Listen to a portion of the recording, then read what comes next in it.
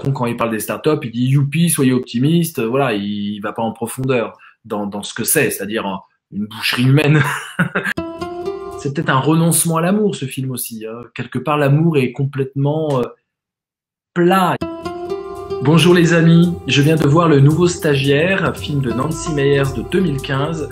Je vais vous en parler brièvement dans ce Philozoom. À la fin de la vidéo, vous allez voir quel philosophe aurait pu inspirer Nancy Meyers pour donner à cette petite bluette sympathique une profondeur philosophique un tout petit peu plus dense.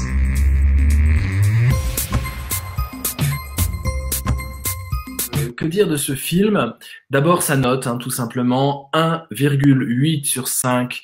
On n'est pas dans un chef-d'œuvre, mais ça se consomme, c'est sympathique, c'est le petit film du dimanche après-midi, inoffensif, plein de bons sentiments, bisounours à souhait. L'originalité, si on peut dire, c'est qu'il est servi par ce duo prestigieux de comédiens, Robert De Niro, qu'on ne présente plus, impeccable, mais bon, propre. Il fait le retraité de 70 ans, qui a fait un petit boulot tout gris toute sa vie, mais qui l'a bien fait, et qui va charmer la nouvelle génération de start-upers facilement, parce que c'est De Niro, quoi, tout simplement. Anne Hathaway, qui joue impeccablement le rôle de Jules, une jeune femme d'entreprise, de start-up dynamique, qui vend des vêtements en ligne, intense, sympathique, castratrice au début. On aurait aimé qu'elle le soit et qu'il y ait un conflit lié à ça, mais très vite, et c'est la principale critique de ce film, très vite, le film entre dans dans une petite histoire simple d'amitié naissante entre générations. C'est un film qui dépeint assez bien comment le boulot et la passion qu'on met dans son boulot peut évidemment se faire au détriment de sa vie affective et de sa vie familiale. C'est joli, c'est un des thèmes importants du film. Alors évidemment, quand on voit Anne Hathaway dans ce contexte professionnel, patronne et autres, on ne peut pas s'empêcher d'avoir les images du diable s'habille en Prada de David Frankel en film de 2006, évidemment, où elle jouait au contraire la stagiaire, la jeune stagiaire, et puis elle subissait les affres d'une patronne absolument acariâtre et implacable. Il y a un pendant, il y a une référence, elle n'est pas là pour rien dans ce film, et d'ailleurs, Théodore Shapiro, le compositeur du Nouveau Stagiaire, c'est lui qui compose la musique du Diable s'habille en Prada, et on retrouve cet univers très rond, mélodique à souhait, trop mélodique, des belles harmonies bien majeures, le petit mineur qui arrive pour que l'alarme coule, juste ce qu'il faut. Voilà, Théodore Shapiro, le compositeur de Ben Stiller notamment, quand Ben Stiller prend la caméra, voilà, c'est familial. On est bien. C'est une grasse matinée, on se met sous la couette et on regarde ce petit film qui paye pas de mine. Bon, et puis il y a Robert De Niro qui joue avec émotion un retraité veuf qui s'emmerde dans la vie et qui répond à une annonce d'une start-up comme quoi ils vont prendre des nouveaux stagiaires seniors. Et donc il profite de ce programme-là.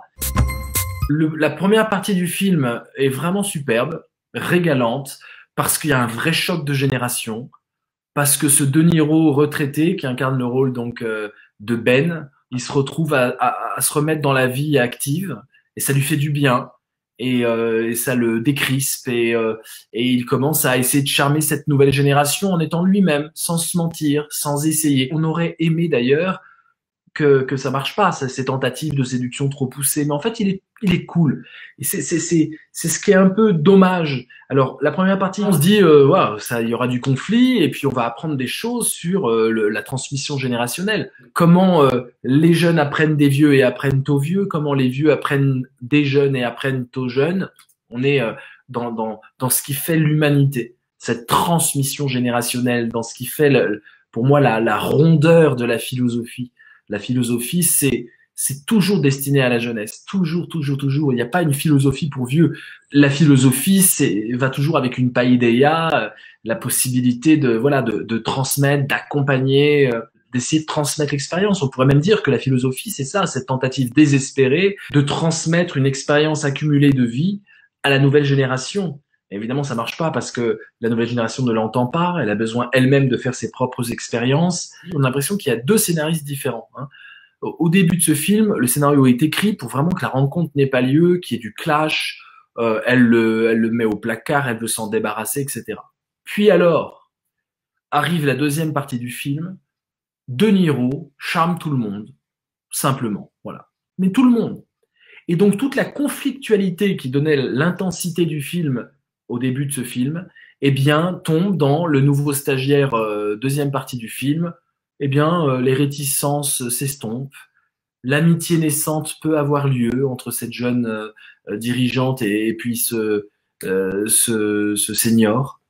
Et il n'y a plus une seule conflictualité, si ce n'est, je spoil, bip bip bip bip bip bip, je vous laisse mettre pause si vous voulez regarder le film, si ce n'est que le copain de la dirigeante la trompe malgré lui en plus. C'est même là, c'est encore plein de bons sentiments. Ça, c'est vraiment c'est bisounours jusque dans la tromperie, dans un couple qui se promet fidélité, il va voir ailleurs, mais en fait, c'est parce qu'il se sent délaissé. Enfin, voilà, c'est un peu n'importe quoi. Et donc, on arrive à De Niro qui charme tout le monde. Voilà. Il charme sa masseuse, il se fait masser. Alors, on découvre le massage sur le lieu de travail. Bon, c'est pas un documentaire sur les startups en 2015. Hein. C'est la startup Macron, vous voyez. Hein. Mais Macron, voilà, Macron quand il parle des startups, il dit youpi, soyez optimistes. Et je me suis promis, puisque c'est la première fois que je le rencontre, de l'embrasser publiquement. Quand on est sarkozyste primaire, voire primate comme moi, c'est de quand même aimer le meilleur ministre que n'ait jamais eu la France. Qu'il est important ce lien entre les startups et les grandes entreprises. Moi, je vous ai entendu dire, je crois que la France devait à nouveau rêver d'être milliardaire. J'ai envie de vous dire, nous continuons de rêver et vous continuez à briser les tabous et les clichés. La pire des maladies aujourd'hui, il y a le déni, le pessimisme, etc. Mais c'est aussi le cynisme. Et quelqu'un qui a créé son entreprise, qui la développe et qui est exigeant avec son pays, c'est qu'il a décidé de continuer son histoire d'amour avec le pays. Et c'est ça dont on a besoin. Nous devons nous méfier du bonheurisme obligatoire, de cette idéologie du bonheur. Les startups, c'est quand même, d'abord, elles se cassent la gueule, c'est violent, il y a une sorte de bonheurisme absolument indigeste. Ce film passe à côté de ce que c'est une startup. On a l'impression d'une entreprise à la grand-papa. Donc c'est un film complètement bizarre, c'est là-dessus. La startup, c'est pas une entreprise classique. Simplement, tout le monde sourit, on met pas de cravate et on a des ordinateurs. C'est pas ça la startup. Ça, c'est la startup vue par Macron, qui sait absolument pas ce que c'est une startup. La startup, c'est des nouvelles organisations managériales. J'ai consacré d'ailleurs une vignette sur l'aventure intellectuelle qu'est le management, qui est très décrié. Eh bien, il faut pas le décrier, c'est intéressant. Il y a des choses intéressantes. Regardez cette vidéo. Les seules startups, selon moi, qui réussissent vraiment, c'est celles qui réinventent les rapports humains. Ce qui nécessite un vrai travail philosophique, psychologique, une vraie quête intérieure, une vraie compréhension de notre propre conflictualité interne. Voilà, c'est des startups philosophes qui s'en sortent, hein, si vous voulez. Et elles sont rares. Donc c'est une vision très vintage des startups. C'est très bizarre. Je spoil. La césure entre le bon départ du film et puis cette fin Bisounoursland se passe avec l'expédition pour récupérer le portable de la mère de la jeune dirigeante, Jules, pour effacer un message. C'est-à-dire une non-intrigue. C'est absolument une non-intrigue, mais ça soude l'amitié. Voilà. Ils font des bêtises. Oh là là, ils risquent de se faire prendre par la police. Voilà. Et à partir de ce moment-là, ce qui est une scène d'action, encore une fois, qui ne sert absolument aucun scénario, si ce n'est de dire on s'est bien amusé, buvons un coup. Eh bien, le film dégringole dans ce que je peux appeler du bonheurisme. Voilà. Un bonheur obligatoire, des bons sentiments obligatoires, et ça gâche tout. Et c'était tellement simple. Il suffisait de tenir la conflictualité générationnelle tout au long du film. Ce que fait d'ailleurs David Frankel dans le Diable s'habille en Prada. C'est pas spécifiquement générationnel, un peu, mais c'est surtout il y a une conflictualité qui est tenue. Là, la conflictualité, magiquement, s'évapore. Alors donc, on passe la deuxième moitié du film, une bonne heure. Il se passe rien, quoi. C'est la petite série télé qui se déroule et on n'a plus aucune intrigue valable. C'est presque du sabotage scénaristique. commencer bien à avoir ce thème qui est toujours plaisant et finir dans une soupe de bons sentiments. Parmi les thèmes traités, il y a le thème du couple en perdition à cause de la surcharge de travail de la dirigeante. Bon, c'est un thème intéressant. Il est traité de façon hyper naïve. On sent que Nancy Meyers ne connaît pas du tout le monde de l'entreprise, qu'elle a été scénariste toute sa vie, mariée à un scénariste, et qu'elle est dans le milieu du cinéma depuis les années 80, et c'est pas ça l'entreprise. Le mari de Jules a décidé de rester à la maison, de s'occuper des enfants. Bon. Voilà, donc elle a beaucoup de boulot, mais on sent pas une conflictualité suprême à ce niveau-là. On sent qu'ils ne font plus l'amour et que c'est peut-être un problème.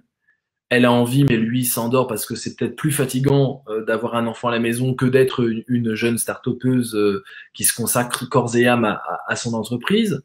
Elle lui dit ça serait bien qu'on partage autre chose que du sommeil entre nous. Bon, on comprend qu'il y a un appel, voilà, de la magie de l'amour. C'est peut-être un renoncement à l'amour, ce film aussi. Hein. Quelque part, l'amour est complètement plat. On est dans un film qui nous dépeint l'amitié, dans toute sa bonhomie, sa sympathie, ses bons sentiments, mais qui n'arrive plus à être fondé sur l'amour. C'est pas une intention du film, mais en tout cas, c'est comme ça que moi je l'analyse. C'est-à-dire qu'on sent que c'est un film qui a renoncé à scénariser vraiment sur l'amour. C'est tellement familialiste comme vision de l'amour que c'est même plus de l'amour, c'est du partenariat. Partenariat de couple pour élever une gamine, partenariat pour essayer de donner un peu du temps à l'autre, mais comme on pourrait donner du temps à une réunion. C'est un film qui a renoncé à ce puissant moteur cinématographique d'intensité qu'est l'amour. Pourquoi pas? Je me réjouis de ça. Vous connaissez un peu mes positions sur le libre amour et le célibat solaire. Donc moi je suis très content que dans le cinéma on n'utilise pas ce levier-là. Mais par contre, il faut d'autres leviers d'intensité. Je vous livre l'analyse du film, mon analyse personnelle du film, en utilisant un outil qui s'appelle le code Matt-Caliné que j'ai mis au point. Et en description de cette vidéo, vous avez un petit lien, les9dimensions.fr/code. Et si vous appuyez sur ce lien, vous aurez le décryptage de ce code. Bien sûr, c'est sommaire comme décryptage. C'est des années de pratique. C'est un immense continent de formalisation et de profiling des objets culturels, enfin de toutes sortes d'objets. Et ce code Matt-Caliné, je l'applique au film et voilà ce que ça donne. Alors, l'énergie du film, c'est l'accueil. Est-ce que la nouvelle génération va accueillir l'ancienne génération? Est-ce que l'ancienne génération va accueillir aussi ces nouveaux êtres cybernanthropes, hein, ces êtres connectés à leurs ordinateurs et puis avec d'autres valeurs. Voilà, ils n'ont pas de mouchoir pour offrir aux dames quand elles pleurent. Enfin voilà, le côté vieux jeu, le côté start-upper. Voilà, start-up et vieux jeu se rencontrent. Donc on est dans l'accueil, on est dans la collaboration. C'est toute l'énergie du film. Voilà, ça c'est plutôt sympathique. La première partie du film est intéressante, une impossibilité de collaborer. Donc on est dans une énergie collaborative, mais la tension vient justement d'un conflit en complicité. Hein, la complicité ne peut pas avoir lieu.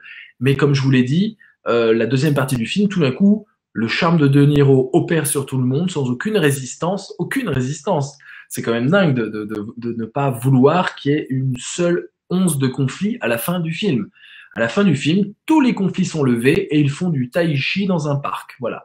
Hein, pour vous dire, la paix intérieure, voilà, ils font du tai chi. C'est la seule petite fenêtre de spiritualité du film, c'est y a rien, hein, on va juste faire de la gymnastique au ralenti. On ne va pas sonder la philosophie chinoise, l'énergie qui circule, non, c'est juste une gymnastique pour aller bien. Dans la première partie du film, par contre, on avait cette conflictualité d'une rencontre impossible. Le film nous propose une aventure d'épanouissement, hein, c'est une quête d'épanouissement, c'est oser s'épanouir. Est-ce que je renonce à mon travail qui me passionne et qui m'épanouit pour sauver mon couple? Voilà, évidemment la réponse est non. Va là où tu jouis, va là où tu t'épanouis, va là où tu fais du réseau, va là où tu plantes tes racines. Voilà, donc c'est l'épanouissement des deux. On est dans une tentative et un effort de séduction, en tout cas dans la première partie du film. Le but est de séduire sa dirigeante, et puis il va le faire. C'est la stratégie que De Niro fait, c'est qu'il séduit tout le monde, tout simplement. C'est De Niro, donc il va séduire les voisins de bureau, et puis on y va, et puis tout le monde est charmé. Séduire en rendant service, vous voyez. Vous connaissez le film de 1993, Un jour sans fin, Groundhog Day, de Danny Rubin. Eh bien, à la fin de ce film, voilà, il y a plein de bons sentiments, il a travaillé sur lui, et son cynisme est parti. Et c'est ce qui va le délivrer. J'ai complètement spoilé le film, mais ça n'empêche pas de le voir 8 fois. Et donc, tout d'un coup, tout va bien, tout est bien, tout le monde est charmé, etc. Parce qu'il a les clés.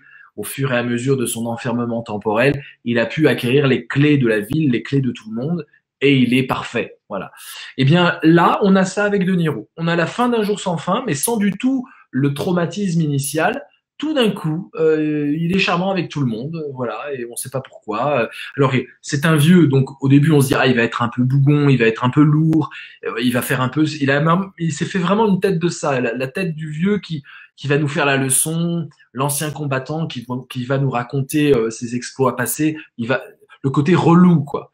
Mais il l'a un tout petit peu au début, puis ça disparaît comme ça, il a compris que c'est pas ça, d'accord, et ça disparaît. Donc, on a affaire à un vieux sympathique qui va paternaliser tout le monde. C'est le grand-père de tout le monde, le grand-père idéal de tout le monde. Alors ça, je comprends pas comment ça passe, ça. Je comprends pas, il y a des producteurs, il y a toute une chaîne, je dirais, de spin doctors pour les scénaristes. Comment ça peut passer que magiquement il n'y a pas de conflictualité? Ça me sidère, parce que c'était pas compliqué de faire 2-3 gueulantes, ça aurait donné un peu de sel à l'intrigue. Mais non, là il y a une volonté de lisse, non, on va pas froisser, c'est grand-père en fait De Niro. Quand elle a compris que c'était grand-père De Niro, c'est grand-père. Voilà, prête-moi ton mouchoir que je pleure. L'effort de séduction se transforme en amitié sympatoche. Bon, dans ce film, on s'amuse, c'est distrayant, ça nous montre le côté un peu enfantin, derrière le côté sérieux d'une cravate, ou derrière le côté sérieux de gens totalement affairés à leurs ordinateurs. Il y a quand même de la joie et un certain émerveillement aussi. On peut prendre du plaisir. C'est vraiment une magnifique pub pour pour le monde du travail à réinventer. Il y a des expressions anglaises d'ailleurs. Ubering home. Je vais me rentrer en Uber à la maison. Ubering home. Friend me, ça veut dire demande-moi ami sur Facebook. Un mot qui revient souvent, c'est le kinda. Kinda, ça veut dire genre kinda boss, une sorte de langage un peu comme ça approximatif dans un monde flou. Parce que 2015, la sortie du film, c'est vraiment le début de la cybermodernité, démocratisation de Facebook, des réseaux sociaux et tout ça, et puis du smartphone. Donc on est là-dedans, mais alors vraiment, tout est rose, quoi. C'est une vision hyper optimiste et sympatoche de la cybermodernité, mais on enlève tout ce qui est deep curse, c'est-à-dire envoûtement dans la transréalité, dans une réalité complètement grevée de virtuel, et voilà, le tragique de la cybermodernité, le côté est complètement gommé. Ça va être bien, ça va être sympa. On va se cocooner. Ça veut décrire une réalité moderne, nouvelle, mais avec un vieux logiciel du cocooning des années 90. Le désir, c'est un désir de lâcher prise. Elle, il faut qu'elle lâche prise, et donc il va l'aider à lâcher prise. Et lui, au début, il est un peu rigide et il lâche prise, comme je vous le disais, magiquement. Il a peut-être pris une substance magique, mais ça n'a pas été montré à la caméra. En tout cas, tout d'un coup, toutes ces petites tensions de vieux grincheux, grâce à la start-up, s'évaporent.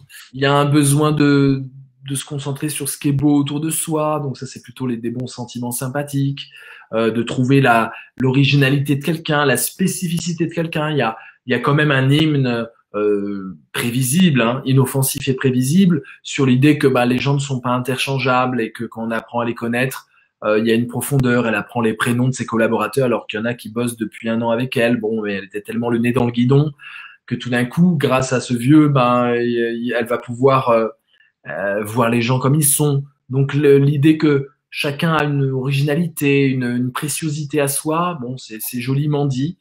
Au bout du compte, le but du jeu, on a l'impression que c'est de montrer que la start-up crée une vraie famille, qu'il y a un esprit familial là-dedans. Voilà, c'est un peu comme ça qu'on nous la vend, ce qui est pas du tout le cas, encore une fois, sur le terrain. le film se pose comme une renaissance, hein, tout simplement, une renaissance de quelqu'un qui se disait je m'occupe, je m'affaire, mais je suis pas utile à quelque chose.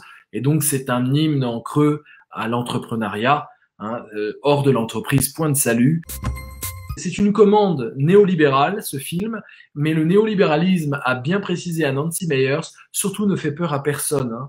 Il faut que ce soit plein de bons sentiments, et donc c'est une pub pour l'entreprise. Voilà, même si vous êtes vieux, continuez de travailler en entreprise, c'est tellement bon l'entreprise, et puis les jeunes ils sont quand même très sympas, et ça va être chouette, et voilà, vous allez renaître, voilà. Bon. Est-ce qu'on y croit, nous, hein? Franchement, on a un peu de bouteille. Entre 2015 et 2020, bah, il y a eu 2018 quand même, hein? Et puis il y a eu 2019, et puis il y a 2020. Donc on en est vraiment revenu, hein, de cette vision mièvre et niaise de l'entreprise. Voilà, je pense que même les start-upers savent très bien que c'est pas ça, et ça ne dupe que grand-mère. Hein. Il y a que grand-mère et grand-père qui peuvent être dupés. Et quelque part, on a l'impression que c'est un film familial dans le sens où le but est de ne pas faire peur à ses grands-parents lorsqu'on dit je vais monter une start-up. Regarde ce film, papy, et puis tu comprendras mon boulot. Hein. Je suis débordé, mais c'est normal. Et d'ailleurs, dans le film, c'est ça. Jules dit à sa mère ah zut, je suis occupé, je te rappelle. Et la mère dit non, pas la peine. Quoi. Je sais bien que tu me rappelleras pas, et c'est pas grave, je t'aime quand même. Donc voilà, le nez dans le guidon, c'est formidable. Ça n'empêche pas l'amour si on fait un peu attention aux autres. Voilà un peu la trame de ce film. Il est là, il arrive sur des plateformes là, donc vous allez peut-être tomber dessus. Mettez-le, faut le mettre en bruit de fond et puis faire autre chose. Hein. Alors, la philosophe qui aurait pu donner un peu de profondeur et augmenter la note de ce film, hein, si on l'avait prise au sérieux, philosophe française, Simone Veil. Simone Veil est une philosophe qui a été engagée, qui a critiqué les conditions de travail en ayant été elle-même à l'usine, hein, philosophe ouvrière qui a partagé cette condition et qui a jugé qu'il y avait vraiment des dérives complètement déshumanisantes dans ce travail acharné. Et puis on a aussi une philosophe qui va nous parler de la vérité, assoiffé de vérité, et la vérité la plus spirituelle possible, la connexion à des choses qui nous dépassent, la grâce de vivre, la possibilité de se tourner vers le soleil. Voilà, la vérité, le soleil, c'est la même chose hein, pour Simone. Si elle avait lu le scénario, elle aurait dit non, vous pouvez pas décrire le monde du travail comme Bisounours Land, même s'il y a des ordinateurs et que tout le monde est connecté, il y a de la sueur, il y a de l'exploitation, il y a des rapports de force autres que je vous aime pas, vous êtes vieux. Il y a vraiment des rapports de domination et une sorte d'esclavage moderne. Et les startups sont prises comme toutes les entreprises dans les tenailles du pouvoir, dans ce démon de la domination qui est forcément tentant dès qu'il y a des hiérarchies, des pyramides et de l'organisation visant l'efficacité. Simone Veil, lectrice du scénario, l'aurait aussi retoqué non pas dans son versant travail idyllique, mais aussi dans son versant spirituel, rapport à la vérité. Je vais vous lire un extrait de Simone Veil, ça se trouve dans son œuvre complète, au cahier 4, sorti chez Gallimard en 97, et c'est la page 119. Ce qui donne l'impression d'être vrai est presque nécessairement faux. Et ce qui est vrai donne presque nécessairement l'impression d'être faux. Alors là, tout d'un coup, avec une phrase comme ça, la sympathie de Ben, le personnage incarné par Robert De Niro, aurait caché des choses intéressantes. Des conflits, un deuil peut-être impossible, une désespérance profonde, des souvenirs qui le ramènent à l'enfance. J'aurais aimé des flashbacks dans ce film, pour montrer derrière cette bonhomie charismatique, des failles, des traumas, des enjeux. Dire que l'enjeu de Ben, c'est seulement de s'occuper, je trouve ça un peu cheap. Peut-être que c'est une revanche sur le destin, peut-être que c'est d'essayer de se rapprocher du pouvoir en entreprise, lui qui a été un peu éloigné. Il se trouve qu'il travaillait dans des bottins téléphoniques au même endroit que cette start-up. Ça tombe un peu comme un cheveu sur la soupe dans le scénario. Mais ça donne une séquence émouvante où il se souvient. Ça fait des années, des dizaines d'années qu'il connaît ces lieux par cœur. On pense au début que c'est un peu un fusil de Tchekhov, vous voyez, cet élément que l'on voit et qu'on qu'on doit impérativement rendre utile pour la suite du scénario. Bah là, non, c'est un coup de fusil dans l'eau là, parce qu'en fait, ça sert à rien. Il raconte comment il connaît le bâtiment par cœur, on se dit ça va être super utile, en fait, bon, pas du tout exploité. C'est bien dommage. Encore une fois, le but est de tirer les larmes du spectateur et pas du tout de construire une intrigue intelligente, habile, rusée et profonde. Je continue avec Simone. Il faut un travail pour exprimer le vrai. Il faut un travail pour exprimer le vrai. C'est ça l'expérience. Robert De Niro aurait pu être un maître en vérité de cette nana qui a le nez dans le guidon, pas simplement parce qu'elle est débordée, mais parce qu'elle fuit quelque chose. Elle le dit à un moment, mais c'est vide, parce qu'on n'a pas vu la profondeur de la chose. Que fuit-elle en elle? On ne le saura pas. Donc, ce travail pour exprimer le vrai, on ne le voit pas. Tout le monde, tout d'un coup, se met à dire la vérité. Même le mari qui rend cocu sa copine dit « tu sais, oui », elle dit « je sais, j'espère que c'est fini, oui, c'est fini », voilà. Donc, il n'y a pas de travail pour exprimer le vrai. Alors, il faut un travail pour exprimer le vrai, aussi pour le recevoir. Donc, on est vraiment, avec cette citation de Simone Veil, dans cette double ouverture à la vérité. Je m'ouvre en moi-même pour exprimer le vrai, travaille sur moi, mais je dois aussi travailler sur moi pour ne pas le refuser, le vrai, lorsqu'il arrive. Je trouve ça magnifique. On exprime et on reçoit le faux, ou du moins le superficiel, sans travail. Le vrai exige un travail pour le donner et pour le recevoir, pour l'exprimer et pour l'imprimer en soi, alors que le faux, le fake, le superficiel au sens du fake, eh bien, il ne demande pas de travail, il rentre tout de suite, on l'exprime facilement. Cette phrase, comme elle résonne à l'heure de la post-vérité et des fake news, comme elle résonne. Il faut un travail, c'est presque la loi de Brandolini, hein, cette loi qui nous dit que aller essayer de débunker des fake news, ça demandera plus de temps que de les produire. Hein. On exprime et on reçoit le faux, du moins le superficiel, sans travail. Ce film qui prend 2 heures de notre temps, hein, c'est un peu du temps perdu, ce film ne propose aucun travail. Voilà. Le vrai s'exprime comme par magie. Simone Veil aurait dû être lu et méditer un tout petit peu. Il y aurait eu un peu de profondeur et évidemment beaucoup plus d'intérêt pour nous. J'espère que ça vous a plu. N'hésitez pas à le regarder. Maintenant que vous avez ce Philozoom, bah, ça peut être intéressant. Le but de mes vidéos Philozoom lorsque j'analyse des films, c'est aussi de vous donner envie de regarder le film avec le prisme que je vous offre. Voilà. Ça vous a plu, vous likez, vous commentez. Qu'avez-vous pensé de ce film? Qu'avez-vous pensé de cette vidéo aussi? Ça m'intéresse. On se retrouve sur l'onglet communauté de ma chaîne YouTube. Et puis, vous pouvez devenir membre, vous savez, en souscrivant et en profitant des Philozoom en exclusivité, en avant-première. Voilà, je vous remercie et je vous dis à bientôt pour un prochain Philozoom.